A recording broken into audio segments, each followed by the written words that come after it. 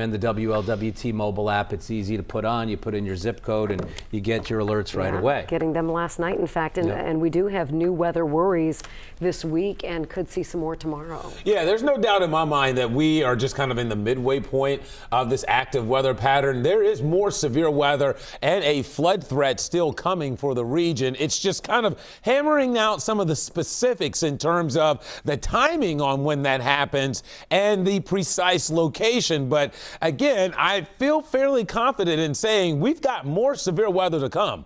Potentially a couple of days of severe weather still ahead of us, along with an increasing threat for maybe some flooding in here tomorrow night. Right now, things are quiet. You can see here's a complex of storms, one of those clusters tonight, diving down through Kentucky, Tennessee. This has been going on all day, basically, out to our west. So this will take a break tonight. It will allow the atmosphere to recharge up and get things going again tomorrow. And I suspect when you wake up to check out WOWT News 5 today, there will probably be new storms up here in eastern Iowa that Randy will likely be tracking. And that will hold the key to tomorrow's eventual severe threat in the timing exactly, because if storms are up here in the morning, that would bring them into the tri-state. Well, you'll see here at the worst time of the day, because they would be arriving with peak heat of the afternoon and humidity. So we were thinking earlier today that we could get a complex in here in the morning. Believe it or not, you'd actually prefer for something to come through in the morning when there's a little less energy to work with.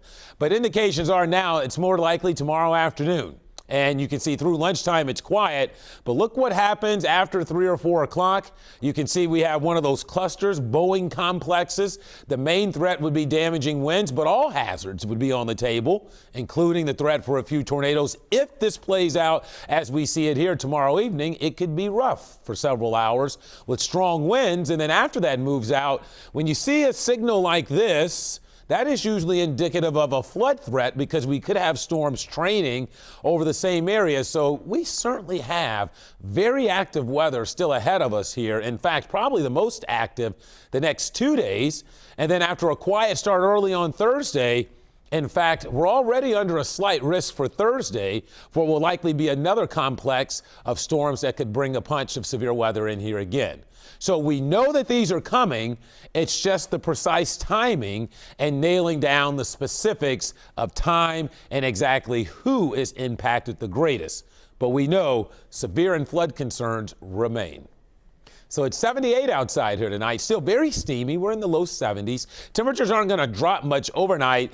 In fact, I've all but taken out any rain chances overnight. I just don't think we're going to see rain tonight. Maybe towards morning we could get a stray downpour to flare up. But at this point, it's looking more likely that it would be in the afternoon when the threat for severe weather is the greatest. I'll keep that morning chance in there in case something rogue develops, but I'm leaning more towards the evening now, and that's why I think in the afternoon and evening, late tomorrow, severe storms after 4 or 5 o'clock could become a pretty good bet. So stay tuned. We got a little bit of a rough ride here through the end of the week with more storm chances, and unfortunately, Mike and Cherie, the threat for stormy weather will linger at least into the start of the weekend. Kevin, appreciate that. A practice with pads and a gorgeous new locker room. Quite the day for the Bengals. Yeah, it really is pretty sweet. And another move for the Reds right before